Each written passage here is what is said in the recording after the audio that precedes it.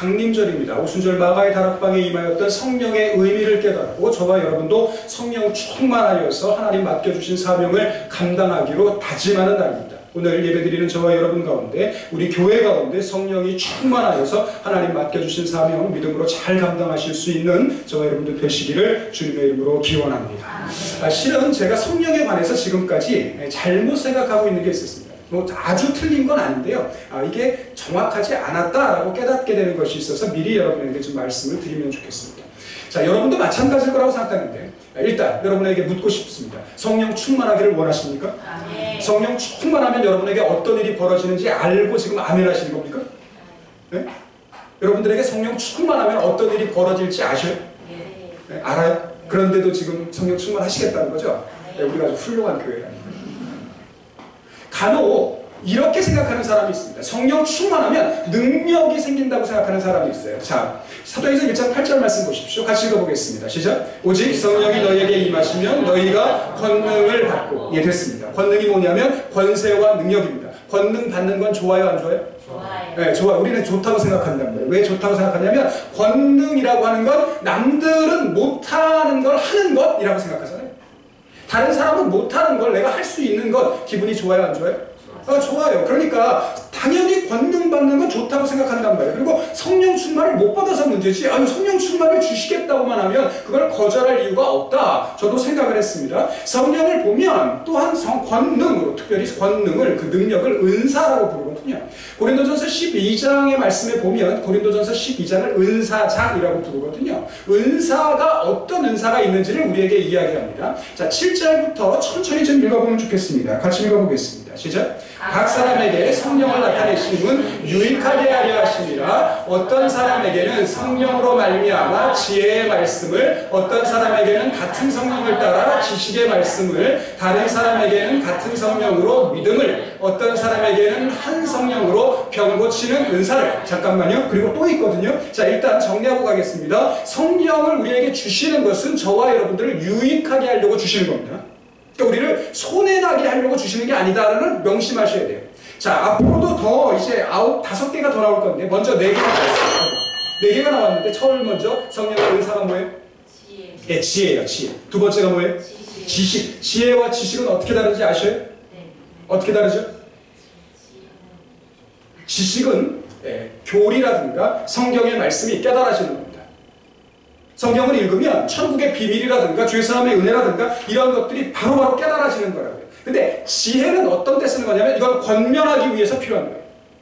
나를 위해서 필요한 게 아니라 그 믿음이 연약한 사람들을 위로하고 권면하기 위해서 우리에게 필요한 게 뭐냐면 지혜예요. 그러니까 저는 여러분들이 지식의 은사보다는 지혜의 은사를 더 사모할 수 있기를 소원합니다. 왜냐하면 지혜가 없이 지식만 있으면 교만해지기 쉽거든요.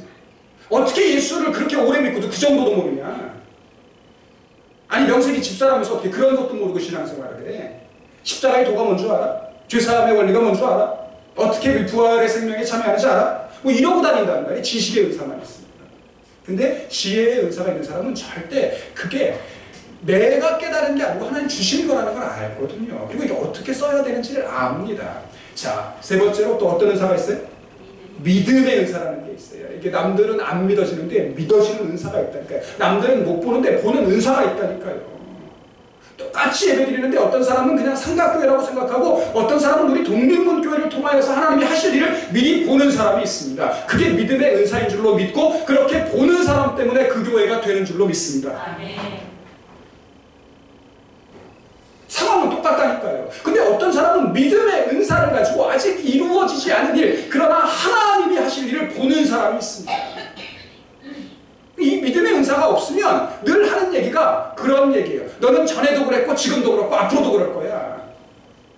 너가 하는 게 늘 그렇지 뭐. 근데 아니고 내가 봐도 얘는 형편없지만 하나님께서 다듬으시면 달라질 거라고 기대하는 사람. 저는 이게 믿음의 은사라고 생각을 합니다. 그리고 또 뭐 어떤 은사가 있어요? 병 고치는 은사. 제가 오랫동안 사모했던 은사예요. 그리고 지금도 주신다 그러면 마다하지 않는 은사가. 얼마나 좋겠어요. 목사가 병 고치는 은사가 있어가지고 여러분 무릎 아프다 그러면 손 잡고 탁 기도하면 낫고, 의사는 수술해야 된다 그러는데 아니라고 주님 마르게 하십시오. 염증이 사라지게 하십시오. 그리고 손 얹어갖고 기도해갖고 낚으면 얼마나 좋겠냐고요. 왜 안 넘어가졌도록.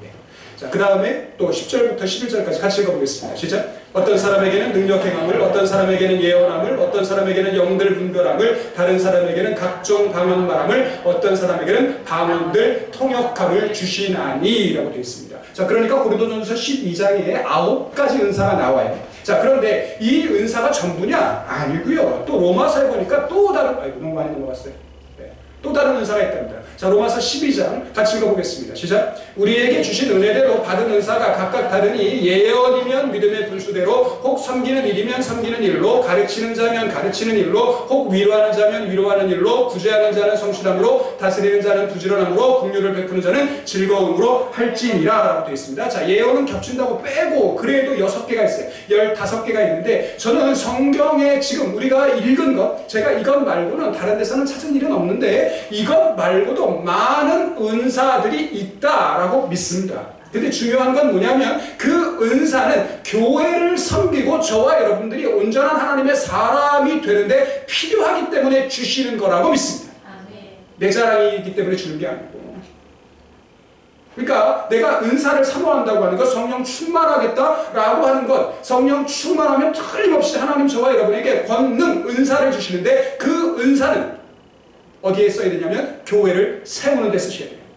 그러니까 내가 교회를 사랑하는 마음이 없는데 은사 받으면 괴롭게요, 안 괴롭게? 엄청 괴로우실걸? 내가 교회를 별로 사랑하지도 않는데 하나님이 나에게 은사를 주시면 여러분들이 엄청 괴로우실 거라고요. 생각이 막 날 테니까. 나는 별로 생각하고 싶지 않은데 아픈 사람 막 생각나고, 내가 건면해야 되는 사람이 생각나고, 내가 신방해야 되는 사람이 막 생각이 날 거라고요. 그래서 내가 하고 싶은 일 할 때 마음은 안 편하고 억지로 하는데도 막 마음에 기쁨이 있고 즐거움이 있고, 내가 원하는 대로 안 살게 될 거라니까요. 그래도 성령 충만하시겠습니까? 네. 아까보다 훨씬 목소리가 줄어들고. 성령 충만한 건 내 마음대로 살기 위해서 성령 충만하는 거 아닙니다. 내가 평상시에 못했던 걸 하려고 성령 충만하는 거 아니고요. 하나님이 우리에게 시키시는 일을 잘 감당하도록 하기 위해서 성령 충만하게 하시는 줄로 믿습니다. 자, 또 우리가 오해하는 것 중에 하나가 뭐냐면요, 성령으로 능력을 받으면 마귀와 싸워도 안 진다라고 생각하는 것 같아요. 자, 에베소서 6장 12절 13절 말씀 같이 읽어보겠습니다. 시작. 우리의 씨름은 혈과 육을 상대하는 것이 아니요 통치자들과 권세자들과 이 어두움의 세상 주관자들과 하늘에 있는 악한 영들을 상대합니다. 그러므로 하나님의 전신갑주를 취하라 라고 되어 있으며, 그래서 에베소서 6장에 보면 우리가 취해야 되는 전신갑주, 영적 전쟁에 임할 때 그 임하는 영적인 그 갑옷들, 무기들, 이런 것들을 소개한단 말이죠. 자, 근데 성령과 관계되는 게 뭐냐면 마지막입니다. 17절 읽어봅니다. 시작. 구원의 투구와 성령의 검, 곧 하나님의 말씀을 가지라. 그렇죠. 자, 그래서 여러분들이 성령과 관계에서 또 하나 기억하셔야 되는 건 뭐냐면 성령은 말씀과 관계된 것이다 라고 이해하시면 좋겠습니다. 그러니까 아까도 이야기했죠. 것처럼 지식이라든가 지혜라든가 그리고 여러 가지 인사들은 하나님의 진리를 잘 증거하기 위해서 주시는 거야 라고 이해를 하시고, 네, 그리고 오늘 말씀을 우리가 같이 읽으면 좋겠습니다. 자, 우리는 일반적으로 성령 충만하면 그러면 내가 더 능력이 강해져서 평상시 못했던 일을 하게 될 거야 라고 생각하는데, 오늘 예수님께서 우리에게 일러주시는 말씀은 그것과는 좀 다른 것 같습니다. 자, 예수님께서 오늘 성령에 관한 말씀을 하시는데 왜 이런 말씀을 하시냐면 4절 같이 읽어보겠습니다. 시작. 오직 너희에게 이 말을 한 것은 너희로 그때를 당하면 내가 너희에게 말한 이것을 기억나게 하려 하며 처음부터 이 말을 하지 아니한 것은 내가 너희와 함께 있었음이라 라고 이야기합니다. 자, 오늘 예수님께서 하신 말씀, 성령에 관한 말씀을 내가 너희에게 하는 것은 너희가 그때를 당하면 내가 너희에게 말한 성령에 관한 이 말씀이 떠올라서 기억나도록 하기 위함이다 라고 이야기합니다. 자, 그러면 예수님께서 말씀하시는 그때라고 하는 게 어디냐면 1절부터 3절까지 나와 있어요. 자, 1절부터 3절까지 말씀 같이 읽어봅니다. 시작. 내가 이것을 너희에게 이름은 너희로 실족하지 않게 하려 함이니 사람들이 너희를 출교할 뿐 아니라 때가 이르면 무릇 너희를 죽이는 자가 생각하기를 이것이 하나님을 섬기는 일이라 하리라. 그들이 이런 일을 할 것은 아버지와 나를 알지 못함이라 라고 했습니다. 자, 지금 예수님께서 떠나시면서 제자들에게 성령이 오신다라고 이야기하십니다. 근데 이 말씀을 하시는 이유는 제자들이 이런 일을 겪을 때, 특별히 2절 출교당할 때, 출교가 뭔 줄 알아요? 예, 쫓겨나는 거예요. 근데 단순히 교회에서 쫓겨나는 게 아니고 그 공동체에서 쫓겨나는 거예요. 예전에 동네에서 큰 잘못을 저지르면 내리는 제일 큰 벌이 뭐냐면 마을 밖으로 쫓아내는 겁니다. 그러면 더 이상 그 사람은 삶의 안전이 보장이 되지 않습니다. 신앙 공동체에서 예수님의 제자들이 다른 이유도 아니고 너희가 예수를 믿는다는 이유로 쫓겨나게 될 거예요. 출교당할 거예요. 그리고 그뿐 아니라 또 어떤 일을 당할 거예요? 죽임을 당할 거예요. 그런 제자들을 위해서 지금 예수님께서 성령에 관한 말씀을 하고 있습니다. 자, 다시 묻겠습니다. 성령 충만은 어떤 사람에게 필요하냐면 예수 믿다가 출교당할 사람이에요. 예수 믿기 때문에 죽임당할지도 모르는 사람들에게 필요한 게 뭐예요? 성령 충만이에요. 다시 묻겠습니다. 성령 충만하기를 원하십니까? 그래도 아주 훌륭하세요. 정말. 여러분들이 지금까지 살던 대로 살려고 그러면 성령 충만 안 구하셔도 됩니다. 아니 오히려 성령 받지 않도록 구하셔야 돼요. 하나님 혹시라도 옆 사람에게 주시려고 했던 성령이 저에게 임하는 일이 없게 하십시오. 저는 원하지 않는데 내 옆에 있는 사람 믿음이 좋아서 덕분에 받는 일이 없게 하십시오라고 기도하셔야 된다. 내가 살던 대로 살고 싶으면, 내 욕심대로 살고 싶으면 그게 맞습니다. 그런데 혹 여러분들의 마음 가운데 내가 어차피 사망으로 죽을 인생이었고 하나님 은혜로 사는 인생이고 기왕 사는 거 하나님 영광에 살고 싶다라는 마음이 있으시다면 성령 충만을 사모해야 할 줄로 믿습니다.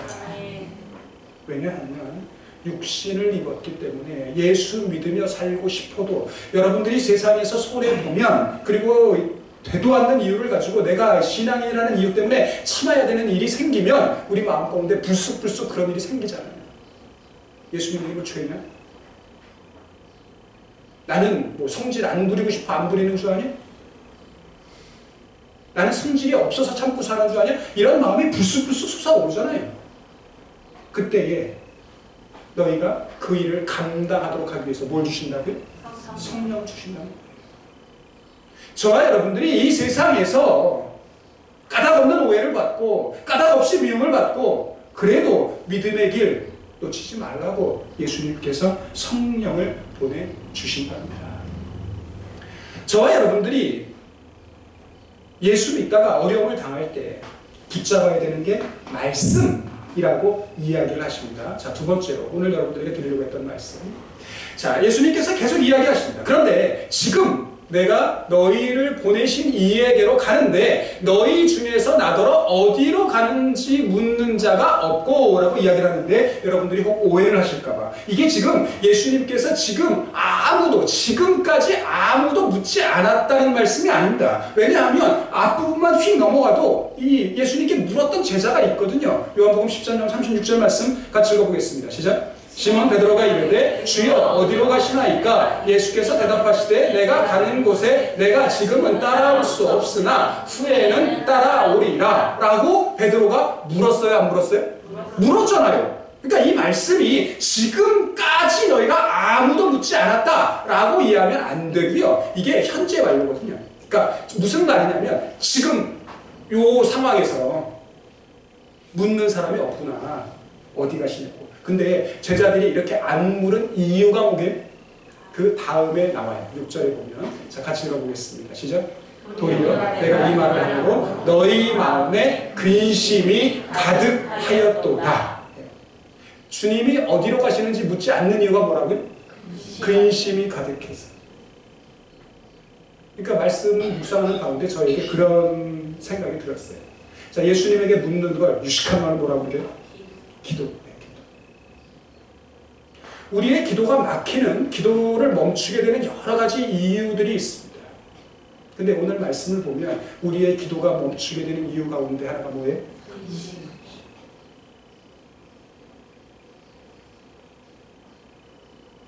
기억하시기 바랍니다. 내가 걱정에 묶이면 기도가 멈춥니다. 그런데 저는 오늘 여러분들에게 드리고 싶은 말씀은 근심을 멈추기 위해서 주님께 물어야 한다는 사실을 기억하시기 바랍니다. 내 근심을 멈추고 싶으면 마음 상한 대로 물으셔야 된다는 거예요. 하다못해 주님 나한테 왜 이러세요? 라고. 마음이 상해서 묻지 않으면 마음을 알 수 없고 그래서 더 멀어집니다. 오늘 예수님께서 우리에게 두 가지를 일러주고 있습니다. 마음이 괴로울 때 저와 여러분이 하셔야 되는 게 뭐냐면 말씀을 붙드는 거예요. 말씀을 기억하는 겁니다. 두 번째는 주님께 묻는 겁니다.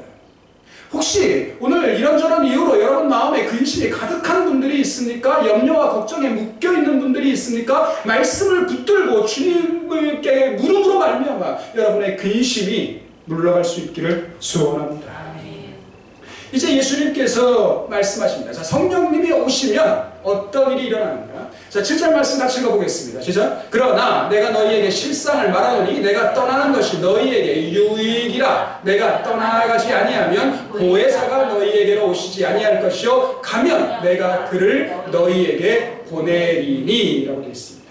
우리 금요 기도할 때 어떤 분이 물으셨어요. 아니 목사님 성령님도 계시고 예수님도 계시면 좋지 않아요? 두 분이 한 번에 역사하시면 더 좋을 것 같은데 근데 같이 이야기를 나누는 가운데 우리에게 주신 깨달음은 뭐였냐면 예수님께서 십자가를 통하여 우리의 죄를 사하지 아니하시면 성령님이 오셔도 우리가 성령님을 받아들이지 않을 겁니다. 마치 참비시신 예수님이 이 땅 가운데 오셨지만 죄인들이 빛을 몰라냈던 것처럼 그래서 예수님이 우리의 죄를 사하시고 십자가에 달려서 구원을 이루시고 난 이후에 그 십자가의 은혜를 믿는 사람들에게 성령이 오시지만 모든 사람들이 다 성령을 받을까요? 아닐까요? 아닙니다. 그 십자가의 은혜를 깨달은 사람이라야 성령의 은혜를 누리게 될 거라고요. 내가 떠나고 나면 그러면 너희에게 보혜사 성령이 오실 거예요. 그래서 오늘 말씀을 보면 능력을 주신다 이런 말씀은 없고요. 성령님이 오셔서 하시는 일이 세 가지가 있답니다. 자, 첫 번째 하시는 일이 뭐냐? 8절 말씀 같이 읽어보겠습니다. 시작. 그가 와서 죄에 대하여 의에 대하여 심판에 대하여 세상을 책망하시리라 라고 되어 있습니다. 자, 책망하다라고 하는 이 단어가 엘렌코라고 하는데요. 이게 실은 번역이 정확하지가 않습니다. 책망하다. 그럼 여러분들에게는 어떤 느낌이에요? 책망하는 것, 야단치는 느낌이란 말이에요. 근데 이게 그런 의미보다는 훨씬 더 넓은 의미가 있습니다. 이게 어떤 의미냐면요. 원래 법정에서 검사가 피고인에게 죄를 자백할 때까지 계속 증거를 들이대면서 추궁하는 거예요. 이럴 때 엘렌코라고 하는 단어를 쓰는 거라고요. 그래서 증거가 너무너무 분명해서 변명하지 못할 정도까지 되는 것. 그래서 본인은 물론이거니와 주위에 있는 모든 사람들이 아, 저 사람이 죄인이구나 라고 깨닫게 되는 것. 이게 책망한다라는 뜻이에요. 또 하나 뜻은 있는데 어떤 사람이 뭘 잘 몰라요. 근데 그 사람이 완전히 알게 될 때까지 설명해 주는 것. 이걸 엘렌코라고 합니다. 이게 책망한다라고 번역된 단어예요. 그러니까 자, 성령님이 오시면 저와 여러분들에게 뭐가에 대해서 분명하게 되냐면 죄, 의, 심판이라고 하는 게 어떤 의미인지가 분명해집니다. 자, 그런데 먼저 생각하셔야 될 게 뭐냐면 자, 성령님이 오셔서 세상을 책망하시거든요. 세상이 잘못 생각하고 있다고 하는 것. 그들이 잘못 이해하고 있다. 죄에 대해서, 의에 대해서, 심판에 대해서. 근데 아까 말씀드렸잖아요. 성령님이 오시면, 성령님이 오신다 할지라도 세상이 성령님이 깨닫게 하시는 걸 받을까요? 안 받을까요? 안 받아요. 그럼 이거 누구만 받을까요? 예, 믿는 저와 여러분들이 받는다는 거예요. 그런데 저와 여러분들은 예수를 믿기 때문에 실은 이 일에 대하여서 별로 상관이 없습니다. 그런데도 우리에게 이 말씀을 주시는 이유가 있습니다. 자, 우리는 죄에 대하여, 의에 대하여, 심판에 대하여 책망을 받지 않아도 됩니다. 왜냐하면 세상에 속하여 살지 않기 때문에. 그런데 그런 우리에게 성령님이 오시면 죄와 의와 심판에 대하여 책망하시는 내용을 먼저 알게 하십니다. 그 까닭이 뭔 줄 아세요? 네, 전해야 되니까. 세상 사람들은 모른다니까요, 이걸. 근데 이걸 알아들을 수 있는 사람들은 우리입니다. 그래서 우리가 먼저 알아듣고 그리고 그들에게 전하라고 말씀을 주신다는 거예요. 자, 첫 번째, 죄에 대해서 우리가 잘못 생각하고 있었다라고 이제 깨닫게 하신다는 거예요. 죄가 뭐예요, 여러분? 네? 뭐가 죄?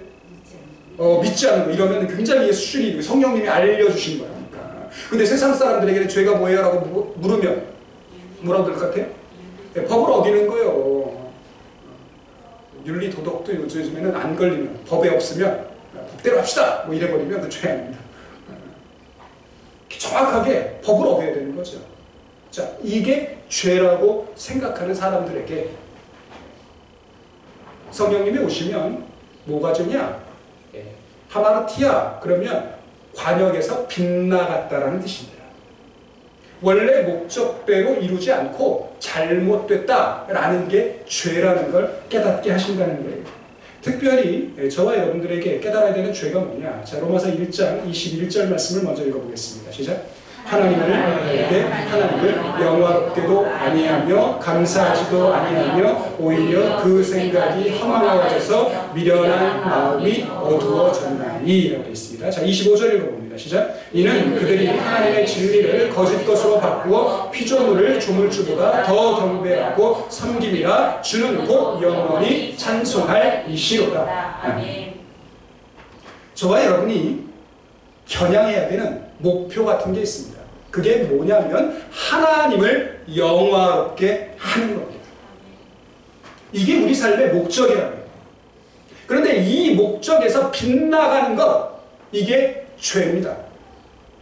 그래서 하나님을 영화롭게 하지 않고 자기 자신을 영화롭게 하고 자기 자신의 자랑과 자기 자신의 만족을 위하여 사는 것, 이게 죄라는 것을 성령님이 오시면 깨닫게 하신다는 거예요. 열심히는 사는데 왜 열심히 사냐? 부지런히는 사는데 왜 부지런히 사냐?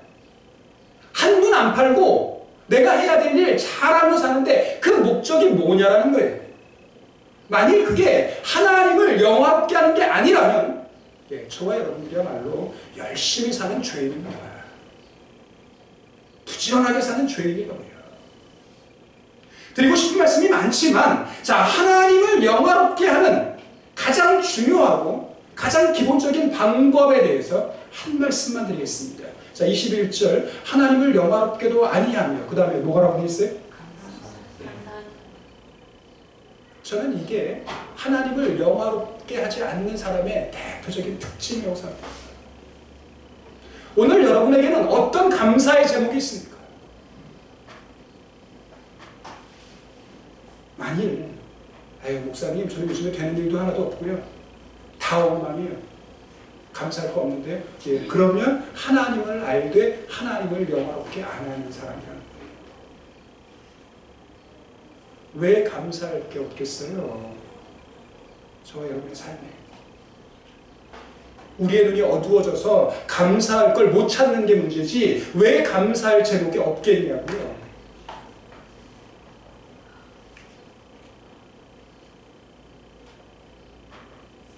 설교를 준비하다가 우연히 요즘에 팔레스타인이 굉장히 시끄럽거든요.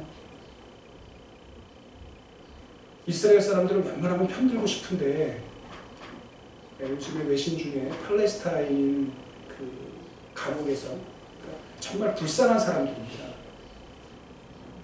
어느 날 2500년 전에 우리가 살았던 땅이니까 너희 나가라 이러고 1500년 동안 살았던 사람들을 몰아내기 시작했는데 이스라엘 한가운데다가 예루살렘 한가운데 이제 장벽을 치기 시작하죠. 나오지 못하게 하는 거예요. 국가가 아니기 때문에 왜 여행을 갈 수도 없습니다. 나올 수도 없습니다. 그러면 거기서 계속 살다가 죽게 하는 거예요. 독립을 하겠다고 이제 폭동을 일으키면 잡아가죠. 법으로 다스립니다. 그리고 이제 군대가 들어가서 이제 진압을 하는 거예요. 감옥 안에서 우리가 너무 비인격적으로 대항을 받고 있다. 그래서 단식들을 했다니. 그랬더니 이스라엘 사람들이 가가지고 그 옆에서 바베큐 파티를 하는 사진이 이렇게 올라왔습니다. 그리고 그 밑으로 이스라엘 군인에게 다리가 잘렸는데 다리 잘린 어떤 사람이 팔만 가지고 돌을 던지는 장면이 이렇게 나갔어요. 목사인데도 이스라엘 편 못 들겠더라고요.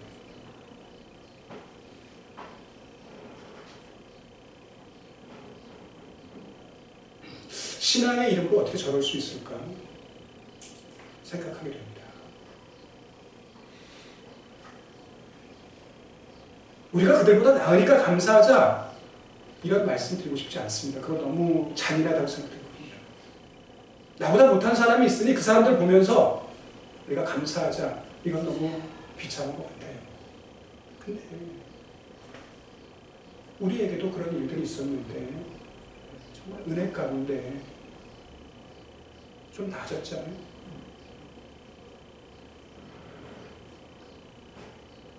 우리가 뭐 그들보다 특별하기 때문에, 뭐 팔레스타인 살았던 그 블레셋 사람들보다 죄가 덜하기 때문에 하나님 우리에게 이렇게 은혜를 시키시는 겁니까?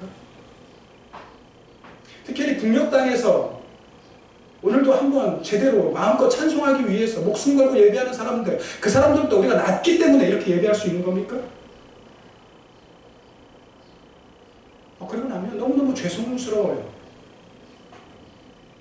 너무 자유가 많아서 예배 안 드릴 자유도 있다고 생각하는 우리들도 있는데, 하나님은 알지만 감사하지도 않고 오히려 생각이 허망하여져서 미련하여져서 어두운데 하나님보다 피조물을 더 경배하고 섬기고 있다면 정말 저와 여러분들이야말로 죄입니다. 우리는 죄가 없으면 의롭다고 생각을 합니다. 근데 성령님이 오시면 아니라는 거예요. 의는 아버지께로 가는 예수님이 의라는 겁니다. 이 말씀은 예수님 자신이 의가 된다는 말씀이고, 예수님 말씀에 순종한 것, 그것이 의가 되어서 우리의 의는 예수님만이 이유가 된다라고 하는 뜻입니다. 성경이 이야기합니다. 그렇기 때문에 예수님께서 하나님의 말씀에 따라서 순종함으로 십자가를 지시고 천국에 가셨기 때문에 의는 없나니 하나도 없습니다. 이게 인간의 실상이라고요. 그러니까 인간이 우리가 행위나 공로로 의로워지는 것, 이런 거 아니다라고 예수님께서 말씀하고 있습니다. 오직 우리를 의롭게 하는 의는 하나님의 또 다른 의, 예수 그리스도 외에는 없다라고 하는 것이 성령님께서 저희에게 오시면 깨닫게 하시는 것인 줄로 믿습니다. 이게 성령님이 오실 때 우리에게 나타나는 증상이랍니다.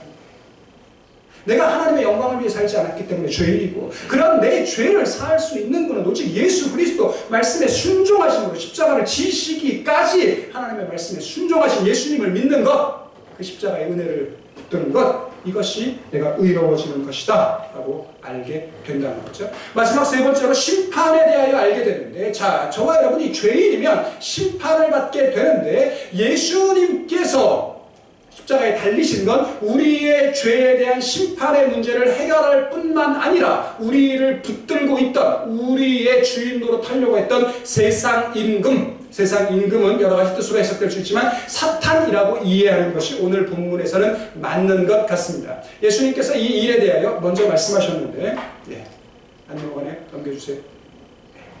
요한복음 12장 31절 말씀부터 같이 읽어보겠습니다. 시작. 이제 이 세상에 대한 심판이 이르렀으니 이 세상의 임금이 쫓겨나리라. 내가 땅에서 들리면 모든 사람을 내게로 이끌겠노라 하시니, 이렇게 말씀하시면 자기가 어떠한 죽음으로 죽는 것을 보이심이러라 라고 했습니다. 요한복음 12장 앞부분에 보면 예수님께서 이제 마지막으로 하나님 앞에 기도를 합니다. 하나님, 제가 십자가를 짐으로 말미암아 하나님의 영광을 나타내겠습니다. 제가 그렇게 영광을 나타낼 수 있도록 저도 영광스럽게 하여 주십시오. 그러니까 저에게 뭐 자랑거리를 주십시오가 아니라 제 마음이 흔들리지 않고 십자가를 잘 질 수 있게 해주십시오라고 기도했더니 하늘에서 음성이 들리는데, 내가 이미 너를 영화롭게 하였느니라 라고 하는 이 말씀. 그리고 나서 십자가의 의미가 뭐냐면, 예수님이 십자가를 지실 때 이 세상에 대한 심판이 이르렀고, 이 세상을 붙들고 있던 공중 권세 사탄이 심판을 받아서 더 이상 저와 여러분들을 묶을 수 없게 되었다. 그리고 그 사탄도 심판을 받았다라고 이제 말씀을 하시죠.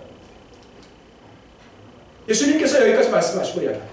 내가 아직도 너희에게 이를 것이 많은데 지금은 너희가 감당할 수 없기 때문에 그래 전하지 않겠다라고 이야기하십니다. 자, 그런데 이 말은 지금은 감당할 수 없지만 감당할 날이 오게요, 안 오게요? 와요. 언제 오죠? 그렇지. 성령이 임하시면 너희가 감당할 수 있어요. 지금 예수님의 제자들이 왜 근심하고 있죠? 예수님께서 십자가에 달리시는 것뿐만 아니라 자기들도 그렇게 죽임을 당할지도 모른다라고 합니다.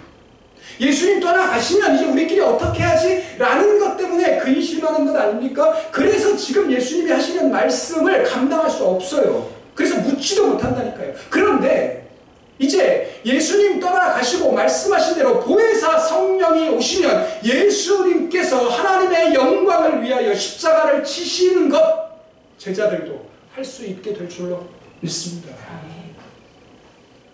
저와 여러분들이 성령 받기 전까지는 세상을 위하여 십자가를 지는 것, 예수님의 영광을 위하여 우리를 부인하는 일이 감당할 수 없는 일입니다.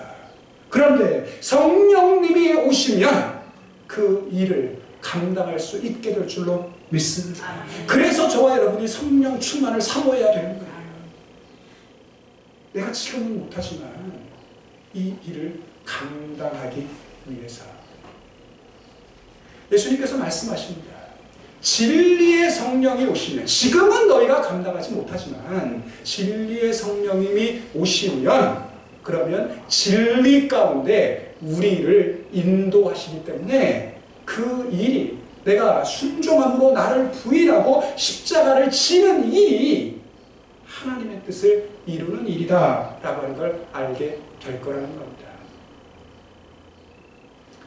성령님이 오시면 첫 번째 우리의 죄를 깨닫게 하신답니다. 은혜에 대해서 심판에 대하여 알게 하신답니다.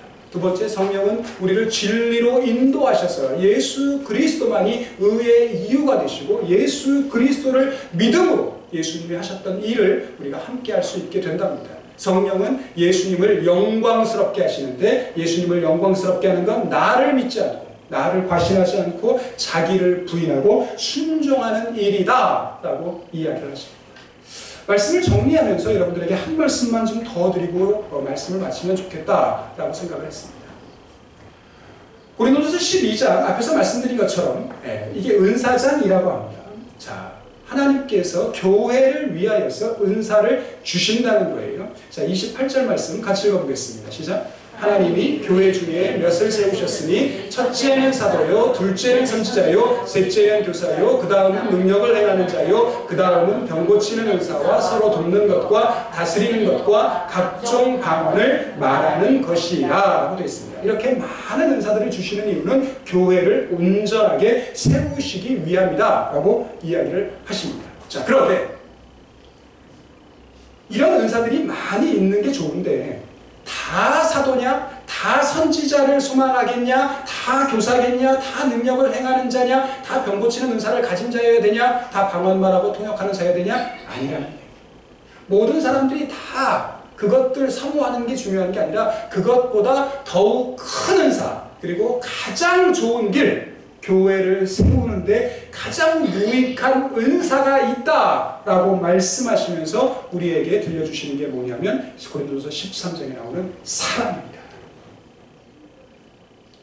방언하는 게 귀하지만 사랑이 없으면 소리나는 불이 울리는 꽹과리, 그 시끄러움, 이게 어우러져야 이 소리가 좋은 건데 그냥 정말 소음처럼 들리는 그 시끄러운 소리, 사랑이 없는 방언, 그런 겁니다.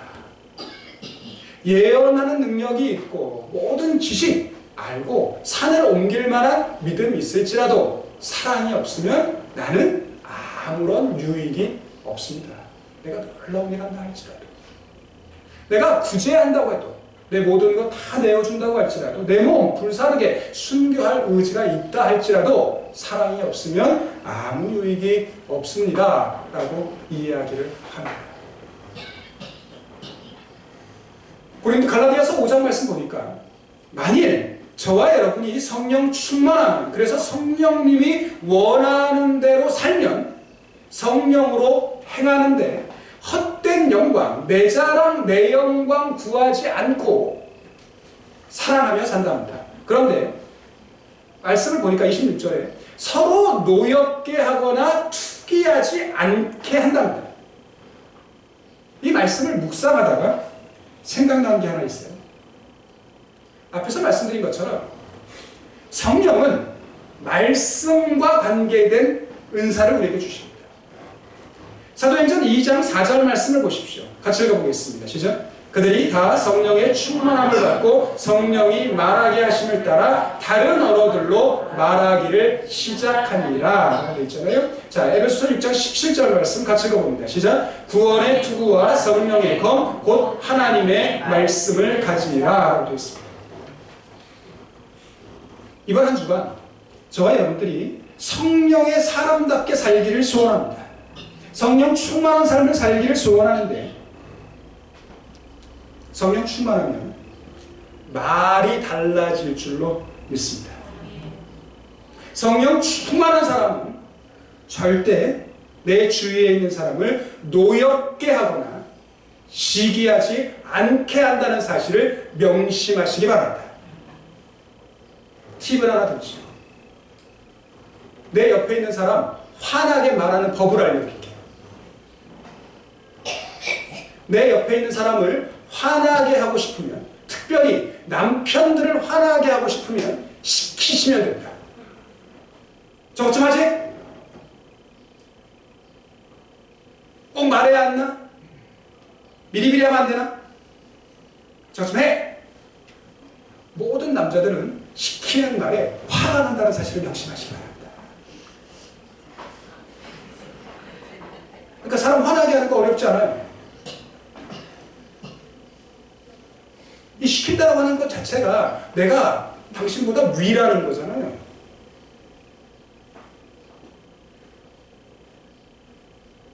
성령 충만하면 절대 어떤 조건을 가지든지 내가 당신보다 위다, 그래서 당신 내 마음대로 할 수 있다라고 생각하지 않는다니까요. 성령 충만하면 내가 제일 낫습니다. 말씀드렸잖아요. 성령 충만하면 다른 사람을 섬기라고 주시는 은사라니까요. 내가 섬김을 받으려고 하는 게 아니라.